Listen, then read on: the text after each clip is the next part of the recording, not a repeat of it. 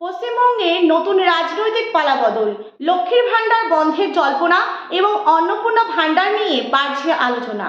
পশ্চিমবঙ্গের রাজনীতিতে সাম্প্রতিক পালাবদলের আবহে সাধারণ মানুষের মধ্যে সবচেয়ে বেশি আলোচনা শুরু হয়েছে মহিলাদের আর্থিক সহায়তা প্রকল্পগুলো নিয়ে। বিশেষ করে লক্ষ্মীর ভাণ্ডার নিয়ে অনিশ্চয়তা এবং নতুন করে অন্নপূর্ণা ভাণ্ডার চালু হওয়ার সম্ভাবনা ঘিরে রাজ্যের বহু পরিবার এখন অপেক্ষায় রয়েছে। মে মাসে কোনো উপভোক্তার অ্যাকাউন্টে টাকা না ঢোকায় সাধারণ মানুষের মধ্যে উদ্বেগ কিন্তু আরো বেড়েছে এবং এই বিষয়ে যেটা মনে করা হচ্ছে বা ধরে নেওয়া হচ্ছে, নতুন প্রশাসনিক পরিবর্তনের পর পুরনো কিছু প্রকল্প পুনর্নির্বাচন বা পুনর্বিবেচনা করা হচ্ছে।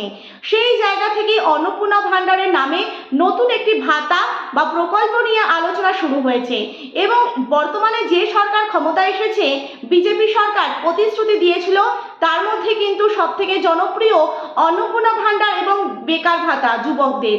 এই দুটো ভাতা মাসিক কিন্তু ৩,০০০ টাকা করে। যদিও সরকারিভাবে এখনো সম্পূর্ণ গাইডলাইন প্রকাশিত হয়নি, তবুও কিন্তু বিভিন্ন মহলে দাবি করা হচ্ছে জুন মাস থেকেই এই প্রকল্প চালু হতে পারে।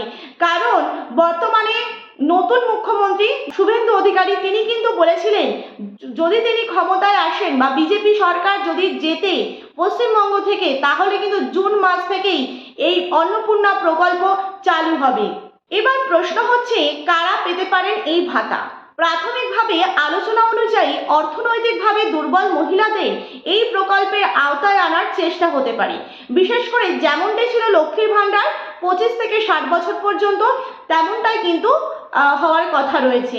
বিশেষ করে গরিব এবং নিম্ন মধ্যবিত্ত পরিবার এবং তার মধ্যে দেখা যাচ্ছে গ্রামীণ এলাকায় আর্থিকভাবে পিছিয়ে থাকা পরিবার, সংখ্যালঘু সম্প্রদায়ের মহিলারা, বেকার বা স্বনির্ভর গোষ্ঠীর সঙ্গে যুক্ত মহিলা, এদের কিন্তু অগ্রাধিকার দেওয়া হতে পারে বলেই রাজনৈতিক এবং প্রশাসনিক সূত্রে জল্পনা চলছে। তবে গুরুত্বপূর্ণ বিষয় হলো, এখনো পর্যন্ত কোনো সরকারি বিজ্ঞপ্তিতে বলা হয়নি যে মুসলিম বা সংখ্যালঘু মহিলারা এই প্রকল্প থেকে বাদ পড়বেন। অর্থনৈতিক মানদণ্ডই প্রধান একেবারে বিষয় হতে পারে, অর্থাৎ ধর্ম নয়, পারিবারিক আর্থিক অবস্থা এবং যোগ্যতার ভিত্তিতেই কিন্তু সুবিধা দেওয়া হতে পারে। প্রতি মাসে ৩,০০০ টাকা। সবচেয়ে বড় আলোচনায় এখন এই ৩,০০০ টাকা নিয়ে বিভিন্ন রাজনৈতিক বক্তব্য এবং প্রচারে দাবি করা হচ্ছে, যোগ্য মহিলাদেরকে প্রতি মাসে ৩,০০০ টাকা পর্যন্ত আর্থিক সহায়তা দেওয়া হতে পারে।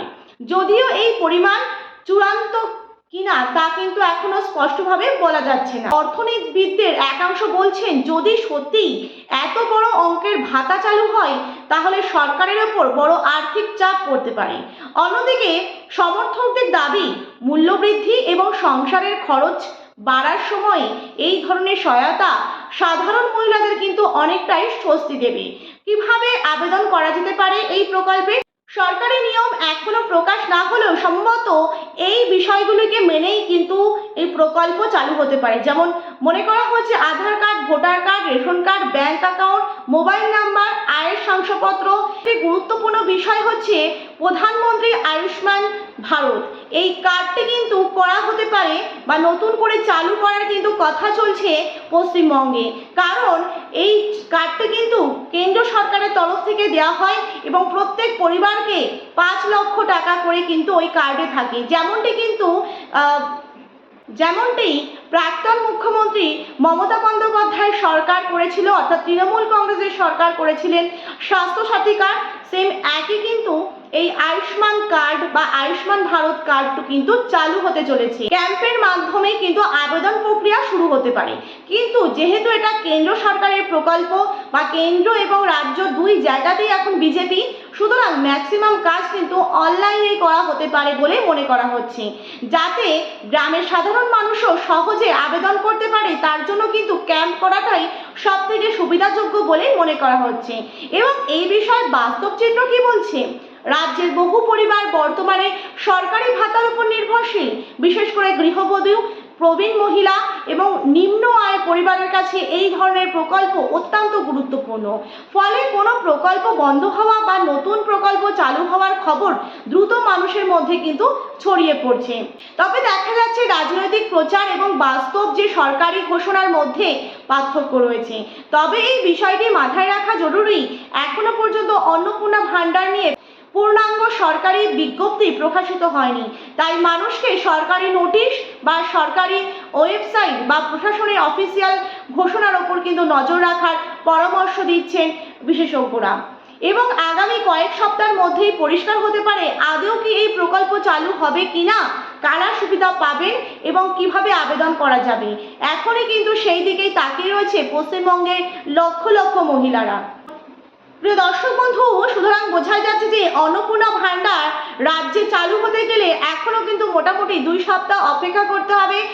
কারণ মুখ্যমন্ত্রী হিসেবে শুভেন্দু অধিকারী গতকালই শপথ গ্রহণ করেছেন এবং মন্ত্রিসভা কিন্তু গঠন হয়েছে সদ্যই, এবং শপথ গ্রহণের থেকে কিন্তু তিনি বলেছেন ওই সময় থেকেই যে সরকারি যে কাজগুলো তিনি দ্রুত শুরু করবেন, তার মধ্যে কিন্তু সবথেকে জনপ্রিয় অন্নপূর্ণা ভাণ্ডার চালু হতে পারে।